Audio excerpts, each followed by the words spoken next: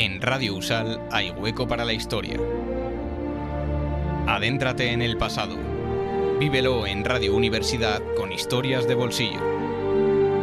Los lunes a las 5 de la tarde en el Aula 89.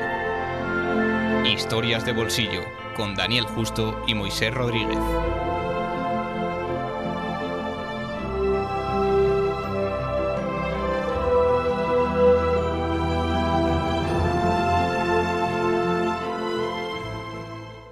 Muy buenas tardes y bienvenidos y bienvenidas a todos y a todas a un nuevo programa de Historias de Bolsillo. Estamos en el último programa del año y no sé a vosotros, pero a mí se me está haciendo ya un poco largo el año y es que eso de estar fuera de España y que llueva todo el rato y haga 6 horas de sol, pues a veces algunas lo llevamos muy mal. Pero bueno, hay que seguir y sobre todo hay que seguir grabando Historias de Bolsillo, que tenemos pues nuevos programas preparados ya para el año que viene.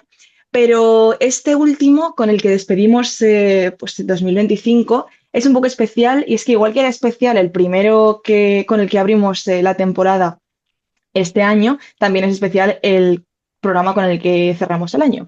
Y es que tenemos hoy con nosotros un invitado al que hace mucho que no le escuchamos la voz, pero que volveremos a escuchársela y esta vez al otro lado de los micrófonos. Así que bueno, Dani, ¿qué tal? ¿Cómo estás? ¿A quién tenemos hoy con nosotros?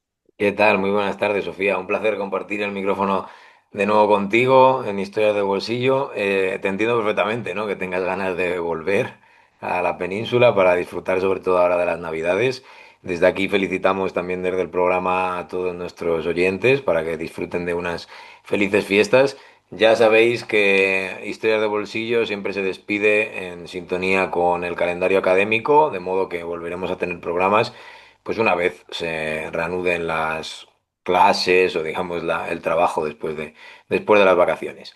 Dicho esto, comentabas que el programa de hoy es muy especial y yo estaba pensando, mientras lo mencionabas, en una frase que nos decía nuestro compañero que es que se le hace raro tener una entrevista en la que vaya a hablar tanto tiempo. Bueno, en realidad ya tuvimos una o incluso dos entrevistas hablando con nuestro invitado de hoy de manera más distendida. El primer programa, de hecho, de Historia de Bolsillo, que lo dedicamos a estudiar el estado de bienestar. Quien sepa ahora mismo de quién estamos hablando y lo sepa por ese primer programa, la verdad que tiene mérito. Significa que nos lleva acompañando estas 8 temporadas o que al menos ha recorrido el histórico de programas. Por supuesto, estoy hablando de que nos acompaña hoy en los micrófonos como entrevistado Moisés Rodríguez, es decir, el codirector de Historias de Bolsillo con el que personalmente empecé esta andadura pues hará 8 temporadas ahora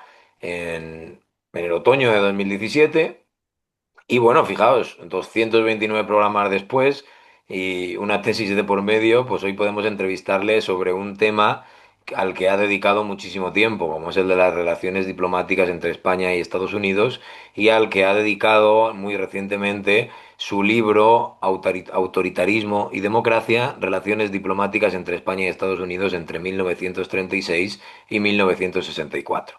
Para todas aquellas personas que estén interesadas en el tema, o sobre todo para los oyentes que les pique el gusanillo después de este ratito de radio, que sepan que se puede encontrar en las publicaciones de la Universidad de Valencia, fue publicado hace muy poquito y además está disponible en Open Access, así que podéis acceder a la obra. Bueno, Moisés Rodríguez, como todo el mundo sabrá a día de hoy, es codirector de Historia de Bolsillo, pero también tiene una carrera de investigador y de docente cada vez un poquito más dilatada, ¿no? Al final empezamos en nuestros inicios y ahora ya, pues con el paso de los años, vamos teniendo un poquito más de experiencias. Ahora mismo nos habla desde el otro lado del charco, nos va a hablar desde Perú, porque es donde está en la primera fase de su contrato como investigador postdoctoral en la Universidad del País Vasco, realmente, aunque es un contrato que está compartido, ¿no? Entre un periodo en España y otro periodo en el extranjero. Bueno, para quien ya tenga un poquito de experiencia conociendo a nuestro invitado y compañero, ya sabe que ha tenido experiencias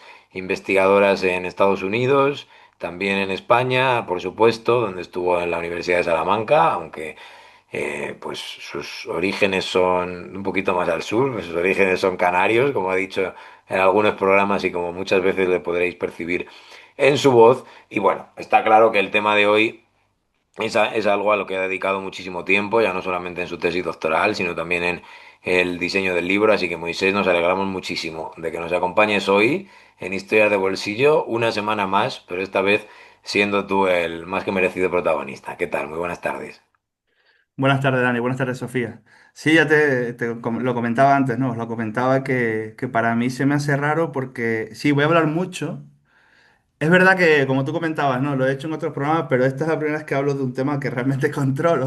Entonces, la responsabilidad es mayor porque esos primeros programas en los que, bueno, nos preparábamos un poco el guión y demás, al final me sentía un poco impostor, ¿no? A nivel académico. En cambio, Bueno, ahora pero creo al que menos hablabas un ratito y no podías salirte mucho de los mimbres porque no tenías mucha más idea, que hoy te sí, puedes sí. ir por las ramas. Sí, ahora puede ser peligroso, ¿eh? Así que podéis cortarme sin ningún problema. No quiero hacer una respuesta de 22 minutos. No, desde luego que no creo que seas uno de esos, pero vamos, es un No, placer no, para tenerte por nada. aquí ya después y sobre todo enhorabuena, ¿no? Por la publicación, que al final es un camino pues largo y que además hemos podido vivir juntos, ya sea en persona en Salamanca o ahora que estamos a distancia y ojalá podamos volver a grabar en algún momento juntos en el estudio, los dos y los tres. Así que la verdad que, bueno, pues un placer dedicar el programa hoy a este tema de las relaciones diplomáticas entre España y Estados Unidos. Si te parece bien, empezamos. No sé si Dale, quieres comentar dale. alguna cosita más. Bueno, si acaso, como siempre corresponde en estos casos, yo creo que dar las gracias a la editorial, porque además tuve la suerte de que no solo el libro no me costó dinero, lo cual para mí enormemente era importante y necesario, sino sobre todo la última parte que comentabas en la presentación, ¿no? Que el libro fuera accesible para todo el mundo, porque creo que la única forma de que el conocimiento académico salga un poquito de la academia es que sea accesible. Tanto a través de que podamos hacer este tipo de entrevistas hoy conmigo, pero bueno, en otros casos con otros invitados, invitadas, y también, o sea, y Mm. por otro lado, que el documento escrito sea lo más cercano posible y lo más accesible para todos, ¿no? Así que en ese caso, pues a Carmen Manuel, de la Universidad de Valencia, de Publicación Universidad de Valencia, pues darle las gracias y también pues a mis dos directores de tesis que siguen vivos, como es Maripaz Pando y Paco Rodríguez, y también quiero acordarme lógicamente de Josefina Cuesta, que nunca llegó a ver mi tesis doctoral, porque falleció un año antes de que la defendiera, pero que bueno, que evidentemente detrás de mi tesis doctoral y de este libro está lógicamente su persona, ¿no? Entonces sí quiero hacer un poquito la mención a ellos tres. Y ya si quieres le damos caña a la entrevista, que es lo que realmente nos interesa. Sí, me parece estupendo. Hoy nos hemos alargado un poquito más de la cuenta tal vez de la introducción, pero bueno, el tema lo merece. Y sobre todo también esta última parte, ¿no? De recordar a la que fuera en su día una de las principales colaboradoras del programa y amigas, Josefina Cuesta, que siempre estará en nuestra memoria y que podríamos tener casi en el estudio, ¿no? Si no estuviéramos grabando desde nuestras casas y esto fuera un programa de YouTube con imagen o algo así, podríamos tener siempre una imagen recordando que, bueno, nos dio muchísimo apoyo y algunos de los mejores programas de estos casi 250 que llevamos han sido protagonizados por ella. Pero hoy el tema es aquel al que siempre te referías o nos referíamos todos como las relaciones entre España y Estados Unidos durante el franquismo, ¿no? Yo recuerdo que cuando te preguntábamos de qué era tu investigación, siempre subrayabas esa temática. Siempre luego la ramificabas un poco, englobándola en el contexto de la Guerra Fría, y de hecho, en la propia introducción del libro subrayas que aún quedaban unas cuantas preguntas abiertas, ¿no? Sobre la relación bilateral entre España y Estados Unidos en ese complejo mundo que se abre después de la Segunda Guerra Mundial, pero que tú llevas un poquito antes, ¿no? Incluso al inicio de la Guerra Civil. En todo tu proceso de definir el objeto de estudio, que siempre es algo muy complejo y especialmente cuando estamos hablando de una tesis donde normalmente queremos abarcar siempre mucho y luego acabamos centrándonos en cosas más específicas, ¿cómo llegaste a la decisión o cómo llegaste a la conclusión de que lo más interesante, o al menos lo que eras capaz de abordar, era este periodo de 1936 a 1964?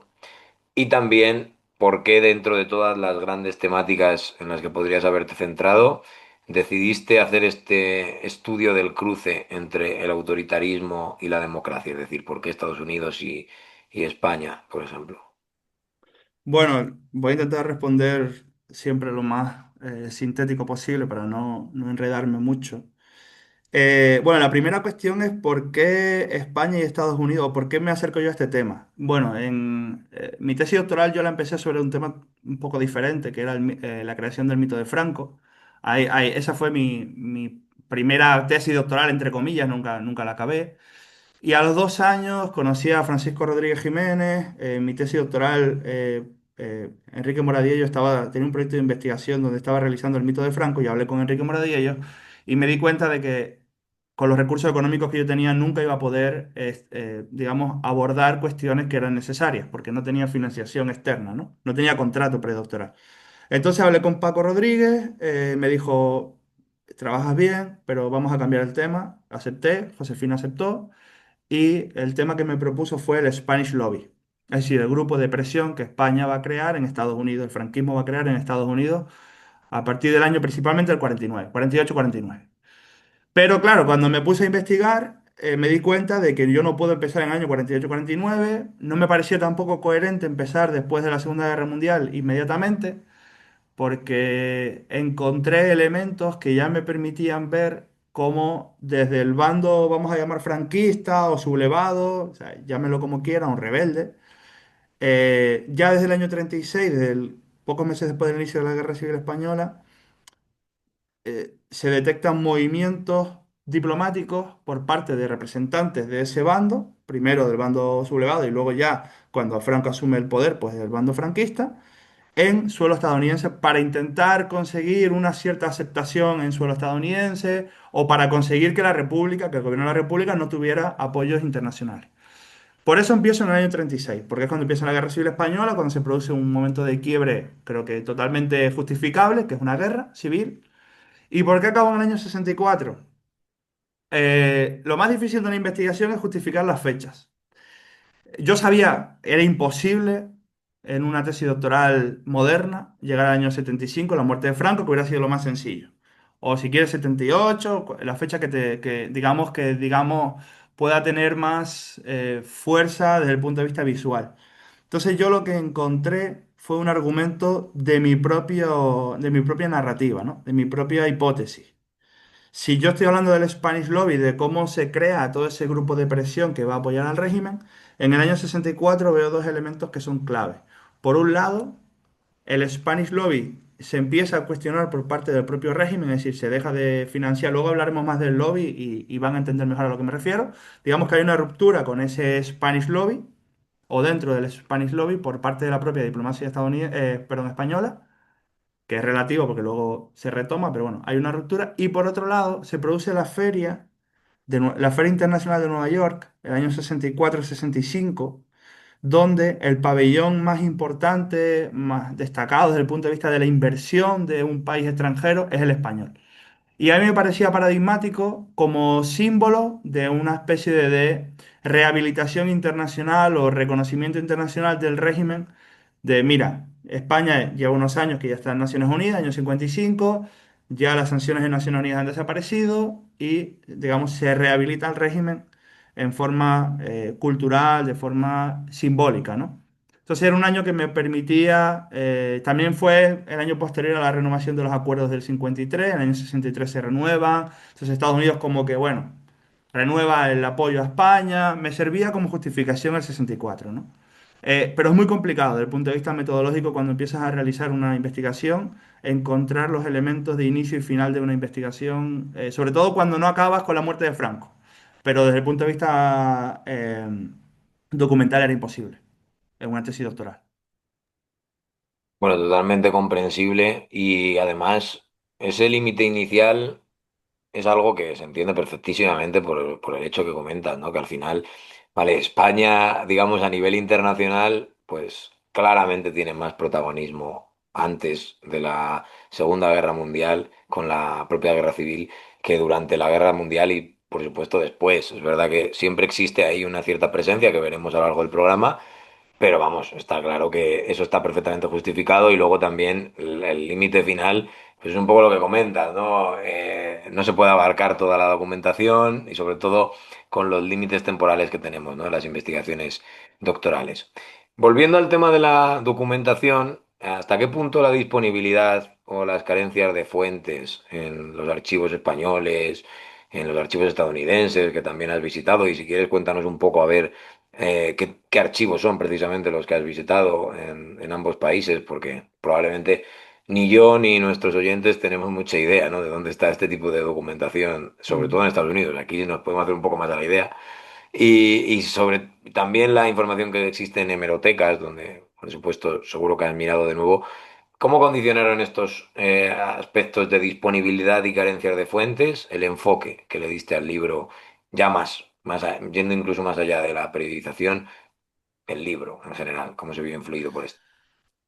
Bueno, las fuentes en España, pues siempre Archivo General de la Administración. Perdónenme si a veces me equivoco, porque como ahora estoy en Perú, aquí se llama Archivo General de la Nación y casi lo llamo así. Archivo General de la Administración, el Bueno, el AGA. Archivo General de la Nación de Perú será el equivalente al Archivo Histórico Nacional aquí, ¿no? No al de la Administración. Es más el AGA, es más El el AGA, AGA. fíjate. Sí, sí, es más el AGA.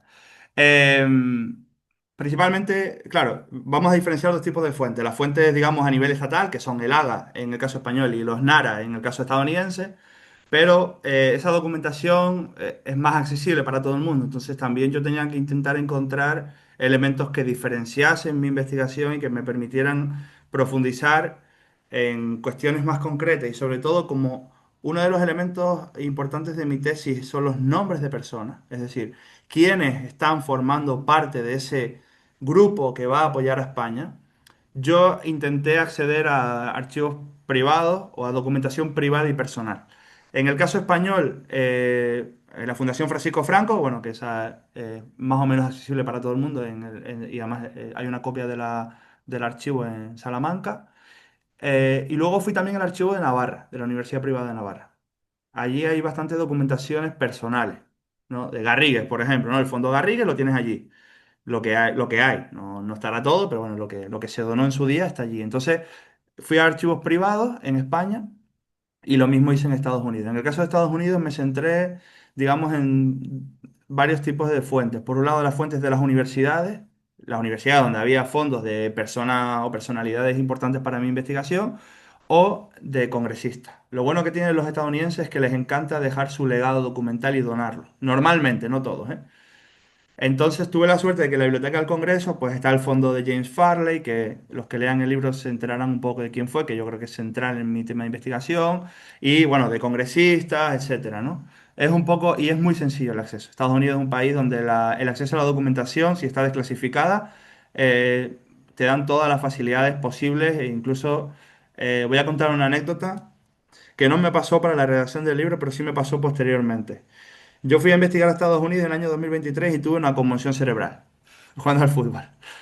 Y yo tenía cita en el archivo de Georgetown para mirar los fuentes, la documentación de Tabor, bueno, de un jesuita muy importante en la defensa de, bueno, un jesuita muy importante. Y claro, yo estaba muy enfermo por culpa de la lesión que tuve y hablé con los del archivo y le dije, mira, no puedo ir a investigar esta semana porque me ha pasado esto. Y me dijeron, no te preocupes, ven y nosotros te ayudamos. Y el director del archivo, como yo le expliqué lo que yo investigaba, me traía los documentos para que yo sacara las fotos. Me dice, yo no puedo sacar las fotos por ti, eso es tu trabajo, pero yo te voy a abrir todas las carpetas y tú vas sacando fotos. O sea, en Estados Unidos, el servicio que hacen los archivos privados, sobre todo, porque Georgetown es una universidad privada, o los archivos presidenciales, a los que también fui, el archivo Kennedy, el archivo Eisenhower, se ha ido diferentes archivos presidenciales, que los presidenciales sí pertenecen al Estado, no son privados, pero tienen una forma de funcionar diferente. Entonces, si alguien quiere trabajar este tipo de fuentes, tiene eso y después tiene, por ejemplo, en línea, está el FRUS, que es toda la documentación de relaciones exteriores, digamos, ¿no? Pero es la documentación que más se ha utilizado. Yo la utilizo en mi tesis y en mi libro porque no deja de ser importante, pero evidentemente es como una documentación que ha pasado más filtros, ¿no? Es más oficial esa documentación, que sigue teniendo valor, ¿eh? Pero es más oficial. Pero hoy en día, por ejemplo, el archivo Kennedy, que fui en marzo, casi todo está digitalizado. La Fundación Kennedy ha digitalizado prácticamente todo el archivo presidencial, prácticamente. La parte de Kennedy presidente. las cosas familiares ya es otro tema, ¿no?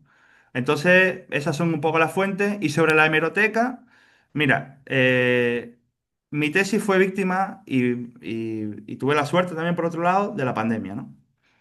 Entonces, yo fui en el año 2019 a mirar toda la documentación y el año 2020 llegó la pandemia, por lo tanto, se cerró la opción de ir ese año a mirar documentación. Yo había mirado el Washington Post y el New York Times cuando estuve en Estados Unidos, en línea, porque no fui a los archivos presenciales, sino lo miré en línea en los repositorios que tenían allí habilitados para poder verlo. Y descubrí una página web que se llama newspaper.com en el año 20. La había descubierto anteriormente, pero no le había hecho caso. Y me suscribí. Y en esa página lo que han hecho es digitalizar muchísimas cabeceras de prensa estadounidense. Estadounidense y no estadounidense, pero principalmente estadounidense. Y eso me permitió expandir el foco, porque honestamente yo estaba un poco como, no cansado, pero sí me parecía muy simple el basarnos solo en el New York Times y el Washington Post, que es lo que normalmente habían hecho autores anteriores. Y yo quería ver qué tipo de noticias había en otros periódicos del país. Pues ya me da igual que sea Miami, que sea California, que sea Utah. Es decir, qué decían esos periódicos de noticias similares. Y ahí diferencio tres tipos de noticias.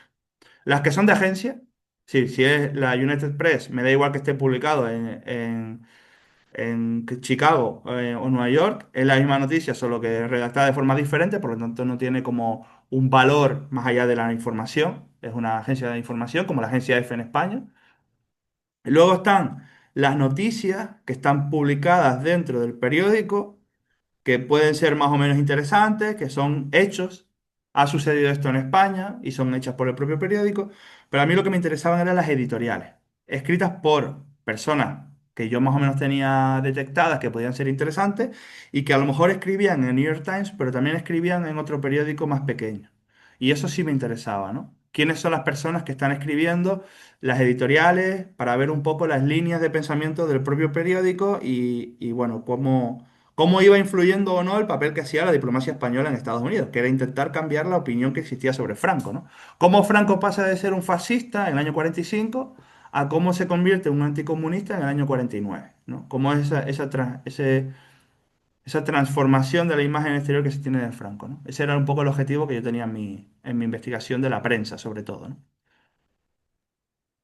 Gracias, Moy, porque eso me ayuda a engarzar ahora con el siguiente tema, las siguientes preguntas que te queremos hacer, y ya más relacionadas con tu objeto de estudio y con tus conclusiones, ¿no? Al final, en el libro planteas que las relaciones hispano-estadounidenses son como una guerra de símbolos, valores y visiones de futuro, y como tú dices, pues una entrañan esfuerzos por transformar las imágenes que unos tienen de otros al final, ¿no? Entonces, en este proceso del franquismo a la democracia estadounidense, pues encarnan modelos aparentemente antagónicos, pero que sorprendentemente son capaces de cooperar en la práctica. Entonces, ¿cómo te ha ayudado este enfoque simbólico a releer otros episodios que ya conocías o que ya habían estudiado otros historiadores con anterioridad?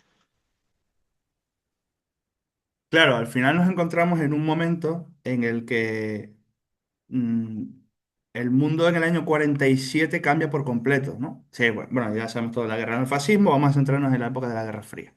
El inicio de la Guerra Fría, Estados Unidos y la Unión Soviética se van a enfrentar en un momento o en un contexto en el que lo que van ellos a decidir es o eres aliado o eres enemigo, ¿no? Y el franquismo estaba en medio, ¿no? El franquismo pasa de, como digo, es un estado, digamos, con vínculos con el fascismo, amistades con regímenes fascistas. Y cuando acaba la Segunda Guerra, ya antes de acabar la Segunda Guerra Mundial, hay un pequeño viraje, ¿no? Con la expulsión de Serrano Suñer, o bueno, la expulsión, se relega un poco a Serrano Suñer y se empieza a meter a católicos dentro del régimen, dentro de los, sobre todo, ministerios exteriores, ¿no? Con Martín Artajo y demás.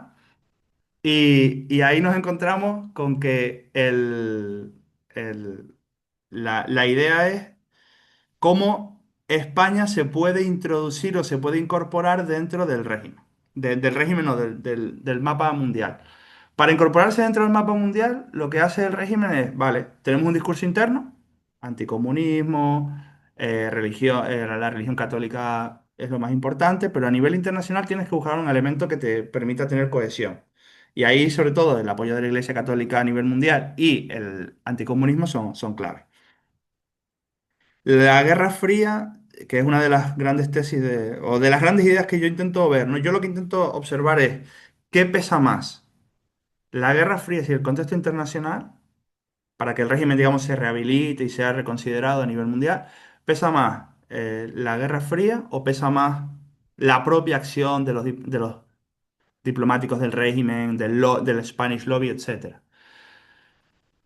El problema que hay con el Spanish Lobby, antes de responder, que sí puede dar una respuesta, aunque en España esté raro que la gente responda a las preguntas, pero yo sí lo voy a hacer. El problema que hay con el Spanish Lobby es que la documentación sobre el Spanish Lobby, la documentación que genera el Spanish Lobby desaparece. Porque Charles Patrick Clark, que es el abogado, el que dirige el bufete de abogados, que principalmente es al que financia Lequerica o al que financia la diplomacia española, cuando fallece, sus hijos se pelean, tienen ciertos divorcios, bueno, una serie de problemas familiares y su documentación se pierde. Por lo tanto, para nosotros como investigadores es un problema.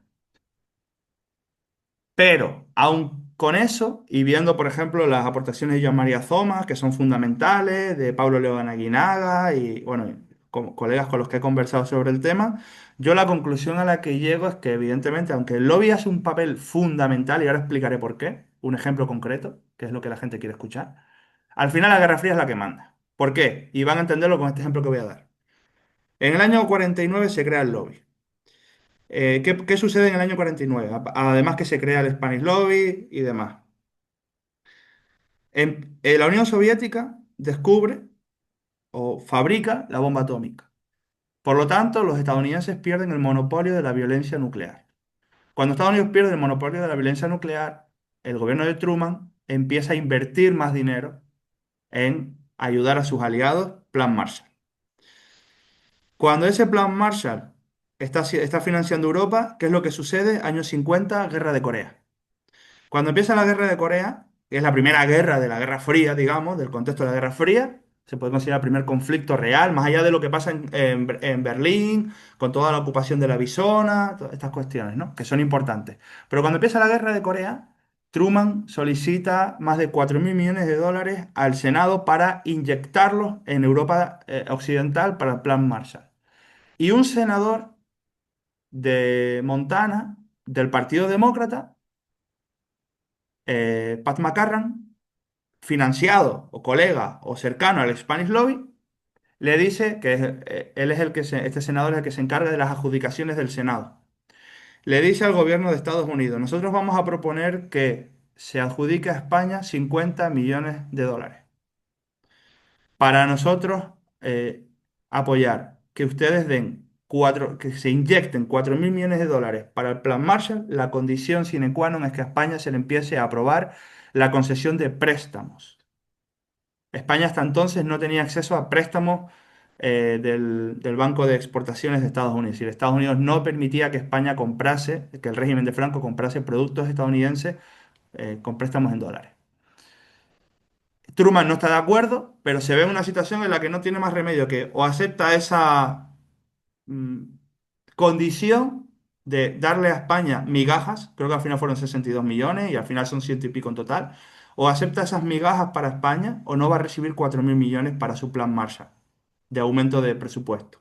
Ya vemos cómo funciona Estados Unidos hoy en día, ¿no? Si Trump quiere, congela la economía del país y no hay aumento de techo de gasto. En España lo estamos viendo, si no hay aumento de techo de gasto, no hay presupuestos generales.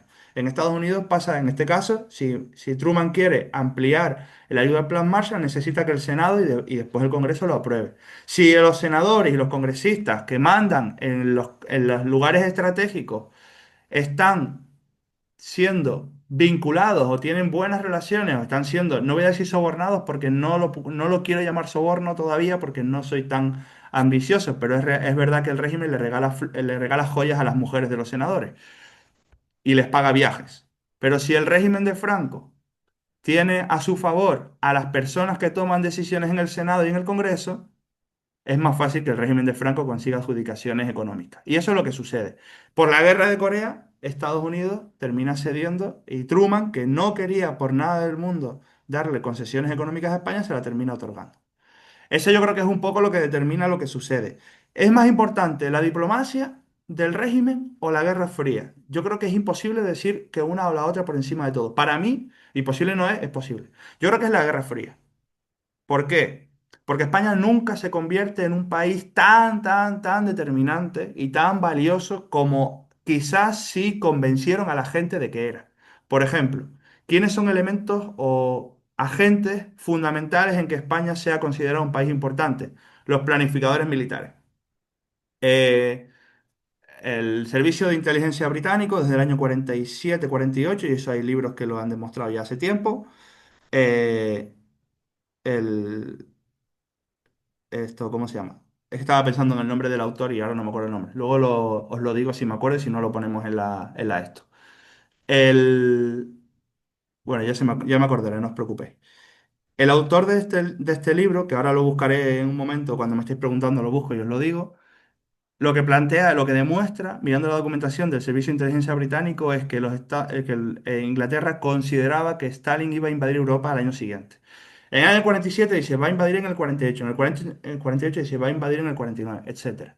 ¿Qué es lo que sucede? Que llegan a la determinación de que el único país que está preparado para defenderse de la Unión Soviética y aguantar una invasión por más de 90 días, que es lo que necesita Estados Unidos para poder mover las tropas desde el Atlántico, es España. Porque Francia vino en la Segunda Guerra Mundial donde está destrozada, Inglaterra ha sido destrozada y el centro de Europa está destrozado. Por lo tanto, España se convierte en un lugar importante. Eh, este elemento militar que sucede en Inglaterra afecta también al Pentágono, afecta a Estados Unidos. Los militares estadounidenses son los primeros en apoyar a España. Y eso se observa en que si analizamos, bueno, en el libro se ve, tampoco voy a estar descifrando tantas cosas para no meterle nombres a nuestros oyentes, pero por ejemplo, el almirante Sherman llega justo antes de que se firmen los acuerdos del 53, los pactos de Madrid, los famosos acuerdos de las bases secretas. ¿Y en qué consisten esos acuerdos? En que Estados Unidos va a tener bases militares en España, como también sucede con Turquía y también sucede en otros territorios, ¿no? Posteriormente. ¿Por qué? Porque el objetivo que tiene Estados Unidos por encima de todo es que vea a España como un lugar estratégico. Y España ve a Estados Unidos como la solución, el régimen lo ve como la solución para que a nivel internacional deje de estar ahogado diplomáticamente, que es lo que sucedía. Ojo, la restauración de España en Naciones Unidas, que es en el 55 se incorpora a Naciones Unidas, o el levantamiento de sanciones, que se va a producir en el 50, tiene dos elementos. Por un lado, los países latinoamericanos que van a ser increíblemente importantes para España. Y yo ahora que estoy en Perú, que he estado en Chile, he analizado el papel de los diplomáticos. Un diplomático peruano, Víctor Andrés Belaúnde, es el que defiende en Naciones Unidas junto con los brasileños y los argentinos que a España y los colombianos hay que restituir a España en Naciones Unidas. En esa época los países hispanohablantes tenían muchísimo poder en Naciones Unidas. ¿Por qué? Porque los países africanos todavía no estaban dentro de Naciones Unidas porque no se habían independizado. Entonces, en esos años, los países de habla hispana son clave dentro de las Naciones Unidas. Por eso se consigue también la restitución de España dentro de la ONU, o se consigue el levantamiento de sanciones y que en España en el 55 España se incorpore de pleno derecho. Pero no se va a incorporar a la Unión Europea, o a lo que podría ser la Unión Europea, la CECA y todas estas cuestiones. O sea, España no se va a incorporar a la OTAN, por ejemplo, hasta que termine el régimen.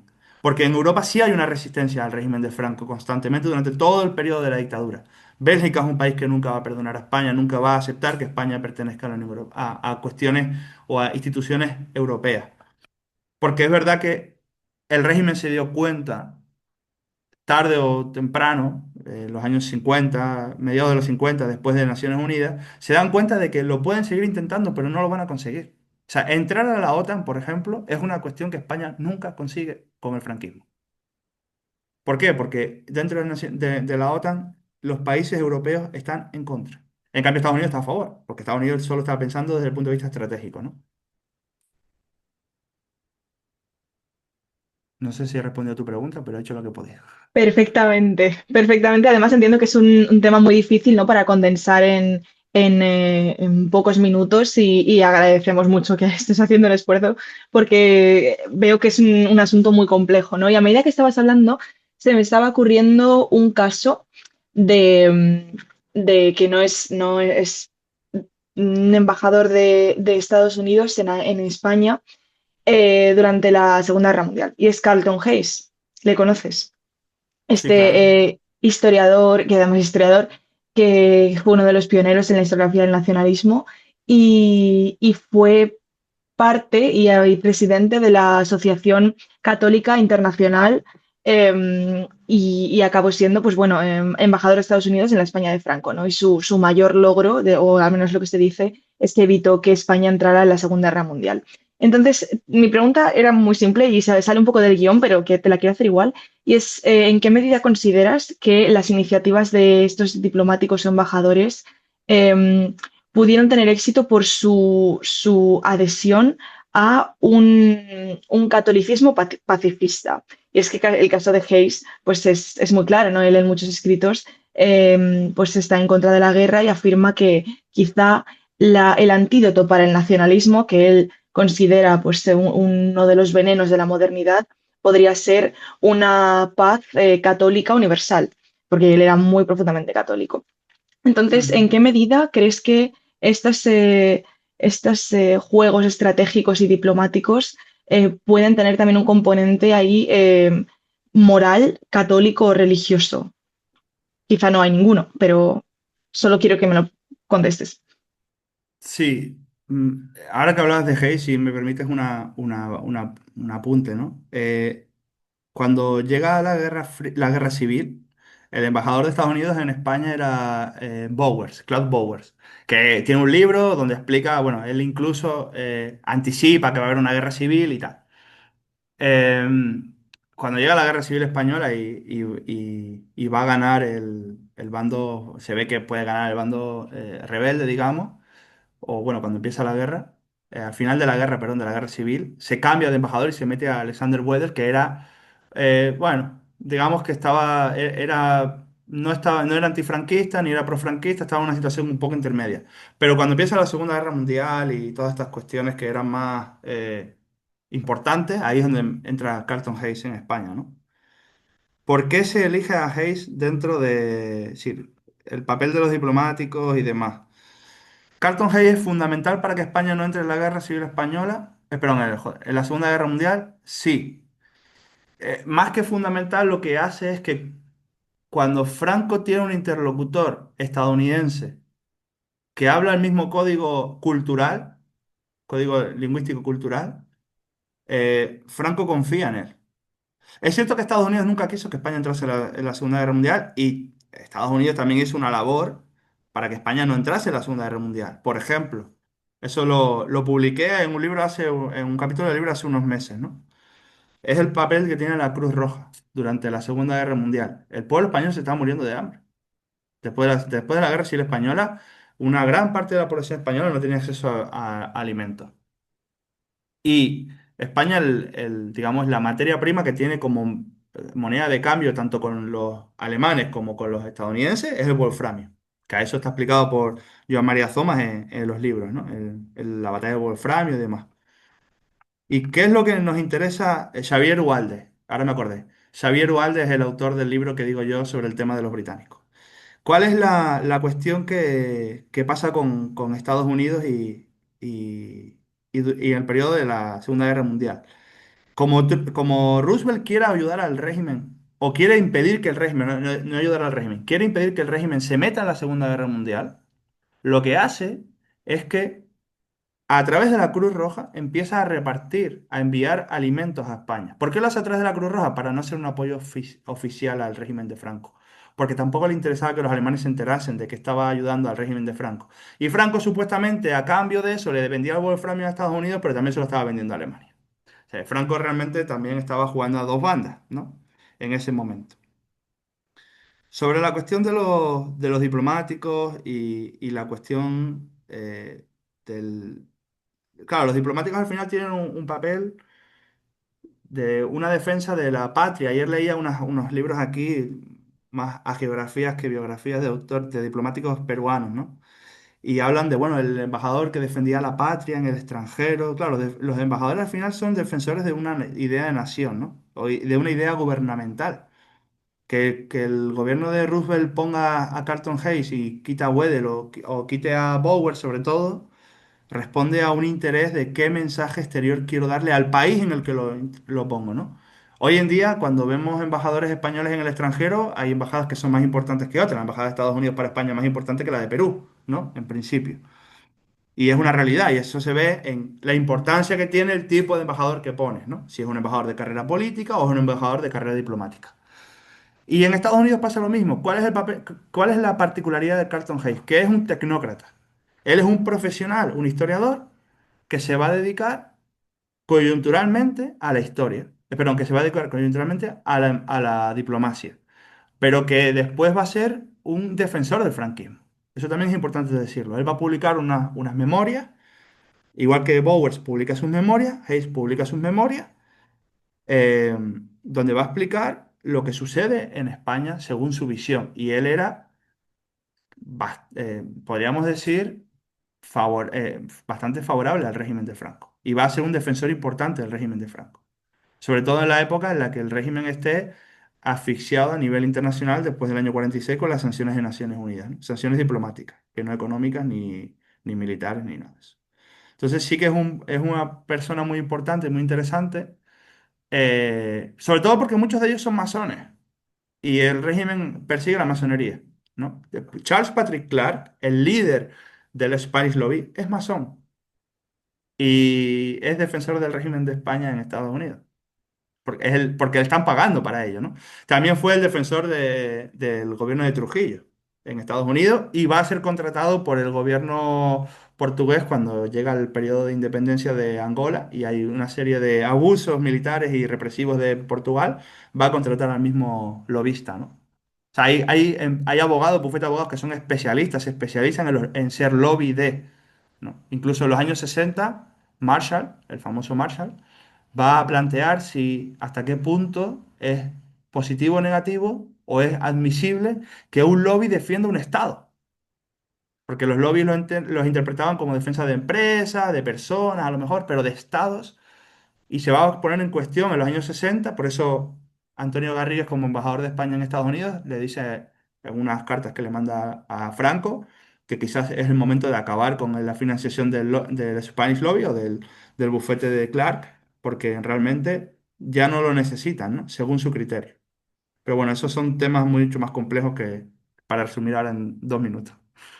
Bueno, bastante trabajo estás haciendo con la síntesis que estás haciendo de todo lo que tiene que ver con el Spanish Lobby, de los inicios sobre todo de las relaciones entre la España de Franco y Estados Unidos.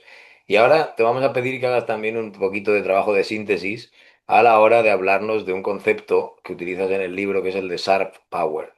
Un poco traducido sería algo así como el poder afilado o un poco incisivo, ¿no?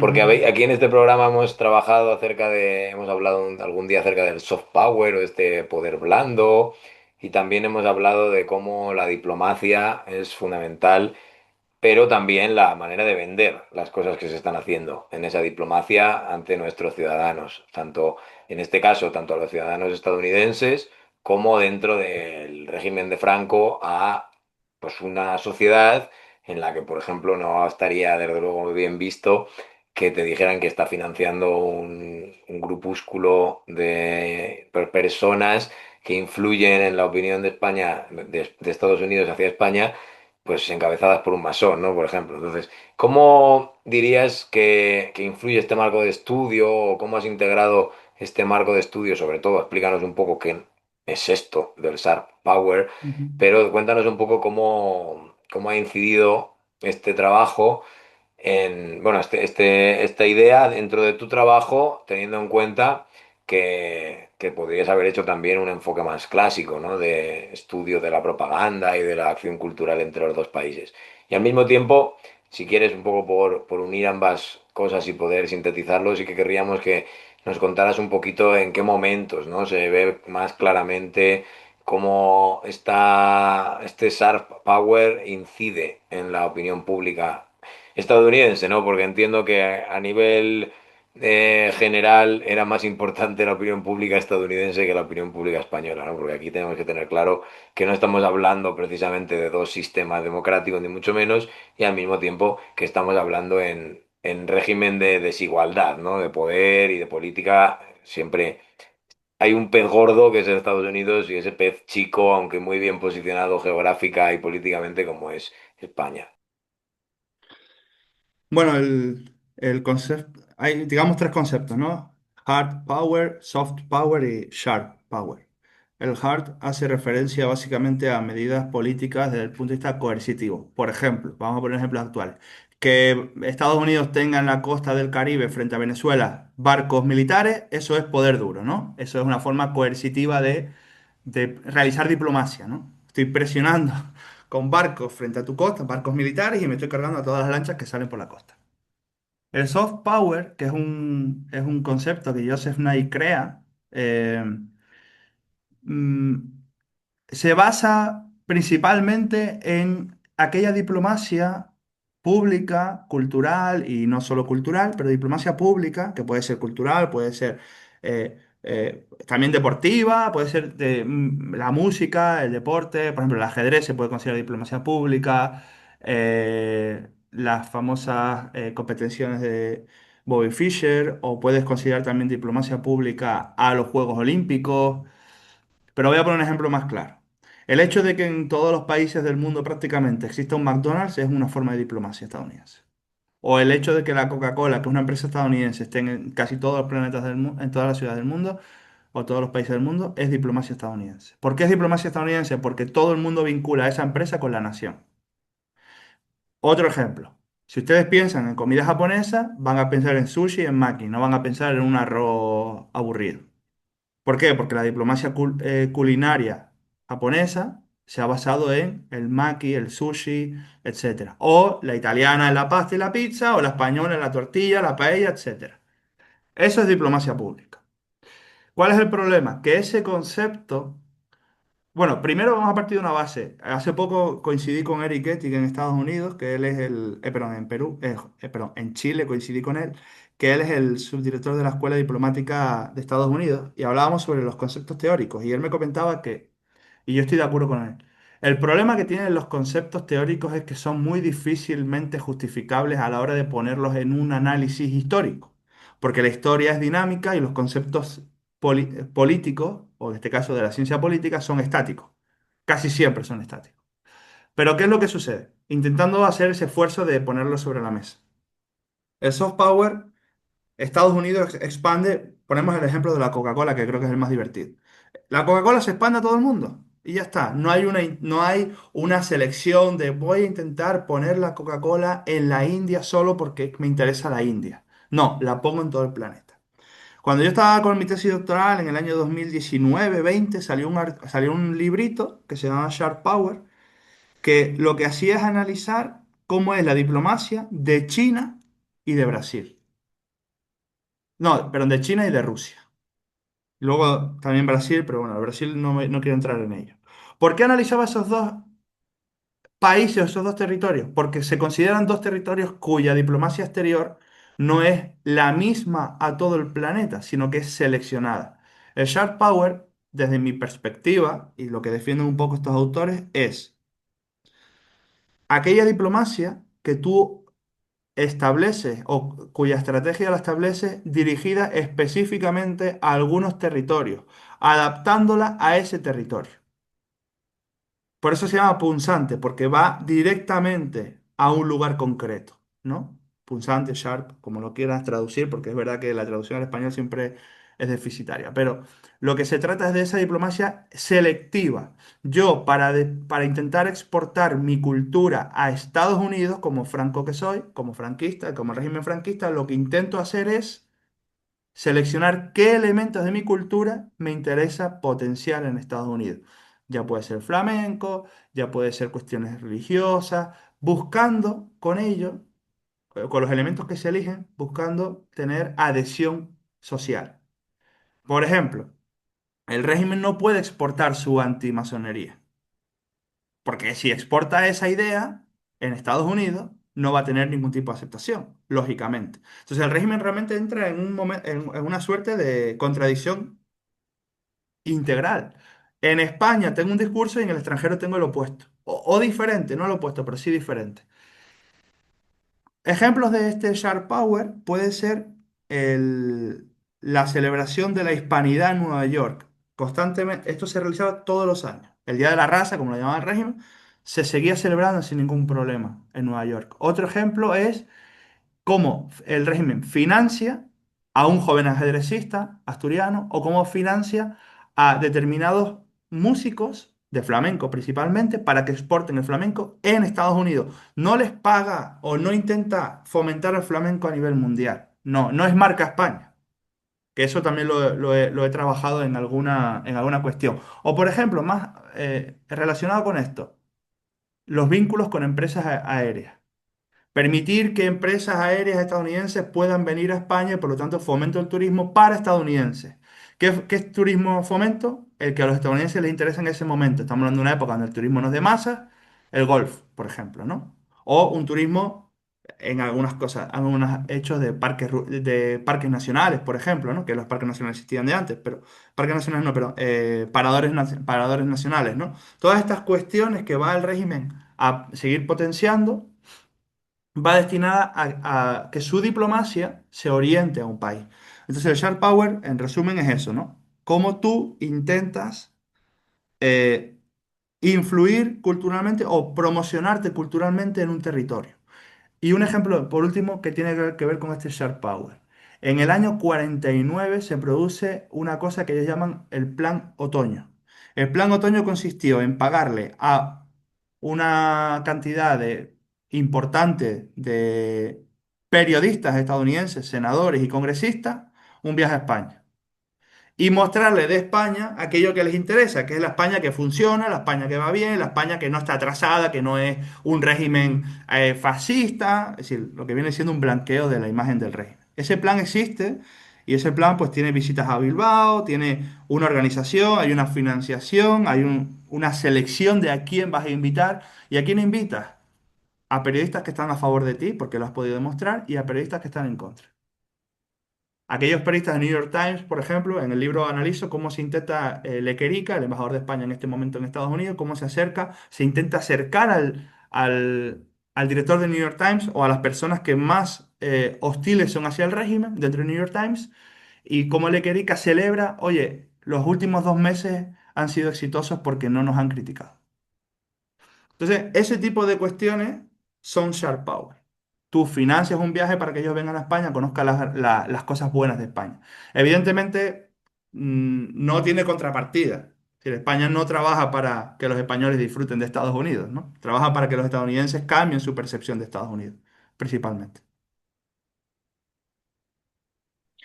Esto, Moy, creo que lo has explicado súper bien y creo que todavía hoy en día, como tú muy bien dices, hay ejemplos de todo esto, ¿no? Y no solo a través de la Coca-Cola o el McDonald's, que eran un poco los dos símbolos de Estados Unidos que más fuerte han penetrado o penetraron en su momento, sino actualmente con un montón de símbolos banales y de cultura banal que tenemos todos los días, ¿no?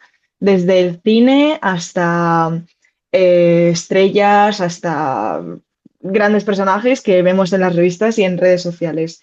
Em, pero quería preguntarte por una cuestión muy concreta respecto a esto que estabas comentando de los medios de comunicación, la prensa y el sharp power del Spanish Lobby en estos soportes, y es la recepción. ¿Cómo has podido, si es que has podido, si es que has podido investigar si eran exitosas estas iniciativas? Sí, acabas de decir muy bien que estaban contentos los del Spanish Lobby porque no los habían criticado en prensa, pero no solo en los periodistas, sino en la población que leía sobre España, que se interesaba por España, cómo recibía estas manipulaciones del Sharp Power español que se gestaban en los medios y en los soportes estadounidenses. Y, o sea, ¿en qué quedaban estos esfuerzos al final? ¿Satisfacían al Spanish Lobby bien, pero realmente tenía una repercusión? ¿O acaso importaba la repercusión que tenía? ¿O simplemente con que no les criticaran en la prensa ya era suficiente?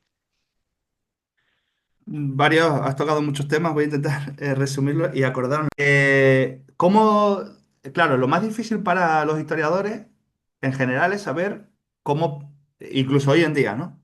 Cómo saber si una política diplomática cultural tiene éxito. Es muy difícil. Es verdad que hay encuestas y las utilizo en el libro, donde se ve que sí que hay un cambio importante de percepción del régimen del año 46 al año 50. El régimen pasa de ser muy odiado a ser menos odiado, vamos a decir así, ¿no? Menos rechazado por la sociedad estadounidense. Porque también hay otros problemas. Ya el problema no es el fascismo está muerto, el problema ahora es el comunismo, ¿no? Eso también ayuda al régimen. Lo que yo decía, ¿no? La Guerra Fría al final es clave. Claro, también es cierto que podríamos decir, a lo mejor el Spanish Lobby no consiguió eso, sino que fue la propia Guerra Fría, y por lo tanto el Spanish Lobby no era necesario, ¿no? No lo sé, eso sí que no lo sé. No se puede saber porque al final estamos analizando sociedades, ¿no? ¿Qué es lo que sucede? Que es verdad que sí que hay esas encuestas, ¿vale? Nos pueden servir. Es verdad que o es cierto que el Spanish Lobby tiene una llegada importante y la pregunta tuya de ¿importa o no importa a la sociedad? Al final, quien aprueba el apoyo al régimen es los propios militares. Pero te voy a poner un ejemplo de una noticia que me estoy acordando ahora, que es determinante para saber cómo funcionaba la prensa. Como España quería ayuda económica y no la conseguía, lo que hizo fue también crear bulos, ¿no? Ahora que está de moda lo de los bulos en España. Y uno de los bulos que se publica en el libro aparece. No, no me pidan que me acuerde ni del año ni la revista, perdonadme. He trabajado con demasiados medios de comunicación. Pero uno de los bulos que se crea es afirmar en prensa que España está a punto de llegar a un acuerdo con la Unión Soviética para recibir financiación. Y eso se publica en la prensa estadounidense. Y el tipo que lo publica dice, ojo, quizás deberíamos apoyar al régimen de España, no vaya a ser que acabe en brazos del comunismo.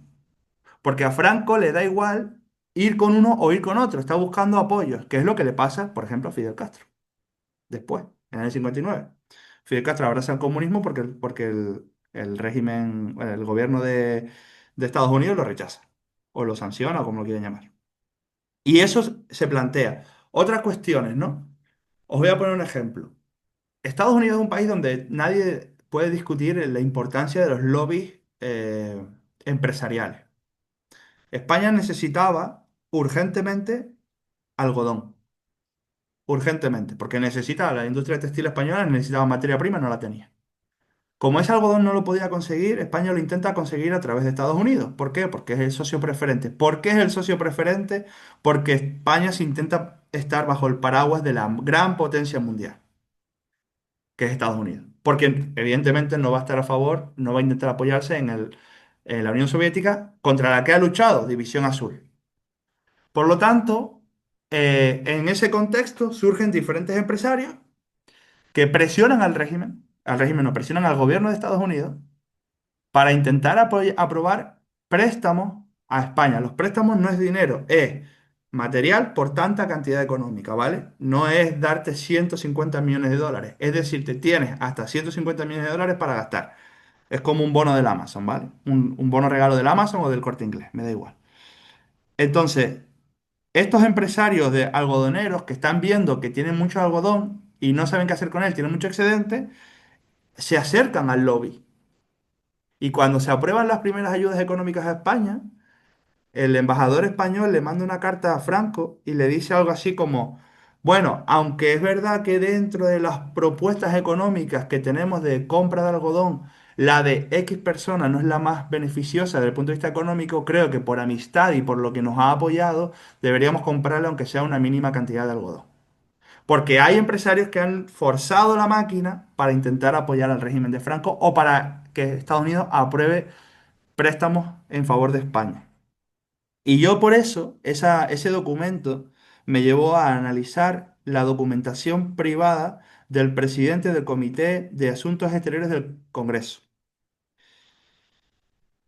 Y fue mi mayor fracaso académico en el punto de vista investigador. Y eso es parte de la investigación, los fracasos. Yo miré 32 cajas de documentación privada de este señor, de Tom Connolly, y solo encontré 5 documentos en 32, 33 cajas, no me acuerdo el número exacto, de documentación privada, de correspondencia. Y solo encontré 5 documentos útiles. Ninguno iba en esa dirección. ¿Por qué lo hice?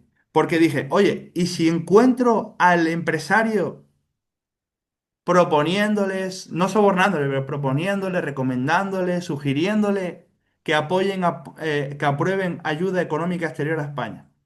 Y no lo encontré. En esta documentación no la encontré. No quiere decir que no exista, pero no la encontré. Al final nosotros tenemos que hacer un trabajo en ocasiones detectivesco, ¿no? Los que trabajamos siglo XX tenemos mucha documentación. La documentación es finita, pero es muy grande. Para nosotros es infinita, porque no vamos nunca a llegar a poder acercarnos a toda, ¿no? Y lo hice buscando eso, ¿no? Buscando esos elementos de presión, de apoyo. ¿Y qué hizo España? La noticia que salió en la prensa lo llamaban Operación Karachi. Karachi, Pakistán, algodón. Porque España lo que hizo fue una operación para vender la idea de que iba a comprar algodón pakistaní. Pero realmente el que quería es el estadounidense. Y eso es un poco cómo funciona la diplomacia. Francia luego, por ejemplo, va a ser importante, ¿no? Cuando Estados Unidos hace los apoyos del 53, Francia después va a llegar un momento donde se van a dar cuenta, y eso también está trabajado por eh, Lorenzo Delgado y por Pablo León, la importancia de los servicios militares franceses en apoyo a España, ¿no? Ya más pasado los 50 altos, ¿no? Casi los 60. Ahí va a ser importante otros países. Pero en este momento España está jugando ese juego también, ¿no? La Operación Karachi es muy importante. Y ya con esto os doy la palabra porque me estoy alargando demasiado. No, Moy, es que los ejemplos que has puesto creo que son mucho mucho mejores y más ilustrativos para entender la cuestión que otra cosa. Así que te agradecemos mucho que hayas puesto tantos ejemplos y sobre todo que se haya entendido bien, que es lo que creo que ha pasado. Y es que nos hemos quedado sin tiempo, una vez más. Estoy consciente, sí. Así que, Jobar, a mí me ha encantado escucharte, además, escucharte por fin hablar de tu tesis real y de que tú tengas tiempo para expandir tu tema de tesis y tus preguntas. Realmente ha sido muy satisfactorio, así que gracias, muy y te damos la enhorabuena por la publicación, que, que, Jobar, es todo un éxito. Así que, pues, muchas gracias y enhorabuena. Bueno, nada, gracias a ustedes sobre todo por ser parte no del libro, pero sí de mi vida, ¿no? Que al final es más importante que el libro. Al Qué final bonito. el libro ya está escrito y ya se queda ahí, y espero que la gente, pues si quiere saber un poco más, pues lo descargue. Pero al final lo importante son los compañeros de vida, ¿no? Y ustedes dos lo son. Y bueno, seguiremos disfrutando del programa y seguiremos disfrutando de entrevistas más interesantes que esta y diferentes también, ¿no? Que al final es de lo que se trata. Para mí ha sido raro y cómodo a la vez, porque hablo demasiado y porque no quería saber ni qué me ibas a preguntar, porque prefiero que llegar aquí a balón parado. Pero bueno, Ujú. ha sido un placer escucharos de nuevo y veros, que hacía unas semanas que no podíamos coincidir en las grabaciones del programa, y espero que cuando mi vida se tranquilice un poco más a nivel de estar en un país más cercano al vuestro, sobre todo en la franja horaria, pues eso, podamos repetir más entrevistas y disfrutar de historias de bolsillo, ¿no? Que es al final lo que los tres disfrutamos, ¿no? Así que nada, gracias tanto a Dani como a Sofía. Desde luego, muchísimas gracias por este programa tan chulo que nos has proporcionado y que además nos has permitido conocer un poquito mejor en lo que has estado metido durante tantos años.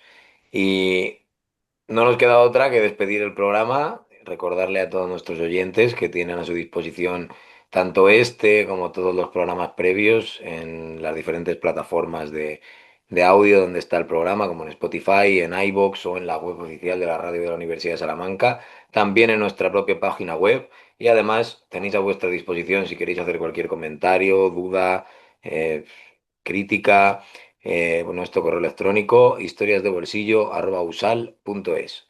Hasta aquí el programa de hoy, que ha sido además muy especial y con el que cerramos el año.